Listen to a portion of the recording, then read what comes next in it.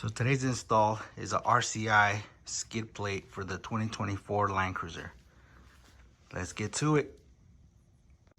So first things first, you want to make sure all the hardware is included, which in this case it is. It does come with this separate. So this is the LC250 bracket that will be attaching to the skid plate first, which goes in those areas there. So it comes with two separate hardware. This is for the actual skid plate on the car, and then this is what's going to help mount this bracket to the skid plate. It's a carriage bolt with a nut and a washer and a lock nut. Let's get it installed. So per the instructions, you're going to put your washer in there first, then your lock nut, and then you will put your bolt at the top. And then just hand tighten it down until you can't do it anymore. Then we'll go ahead and go back in and retighten that. And then just do that for all 4 bolts, and then you should be good to go. So here they are with the bolts already on. Per the instructions, also the LC250 and the arrows, they have to be on the passenger side. So that's how you know you're installing it correctly, is if the letters are up. So this step might not apply to you, but I have a 24 taco cross member for the radiator bracket, because as you guys know, on mine it broke when I had a little bit of a whoopsie accident there. So I'm gonna just reinforce it with that. But if you don't have that, it'll just bolt on to your current location there. All right, once we're under the car, I'm gonna go ahead and remove these 17s, just so I can put that cross member in there that I mentioned. You don't have to do this if you don't get that piece. You would only need a 12 for here and this one here. You unbolt these two 12s. I believe there's another one in here and another one over there. And then this skid plate will come down. On my case, like I said, I hit a rock and it dented it, and it also broke my welds up here.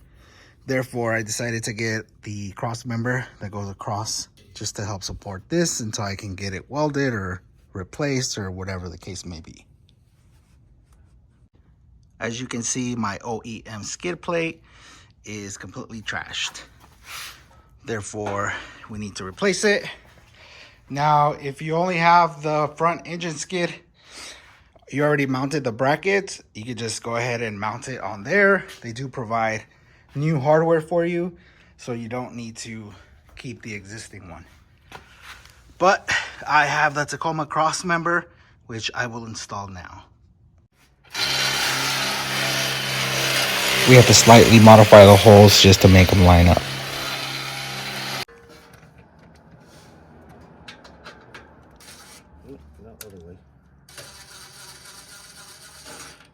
Shout out to the homies, Daddy Daycare Chris and the homie JR for helping me install this. It is heavy. It weighs like 50 pounds.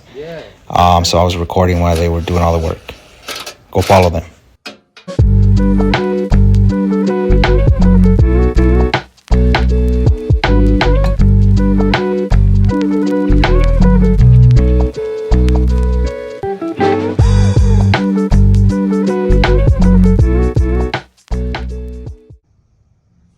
And here is the final results of the RCI skid plate.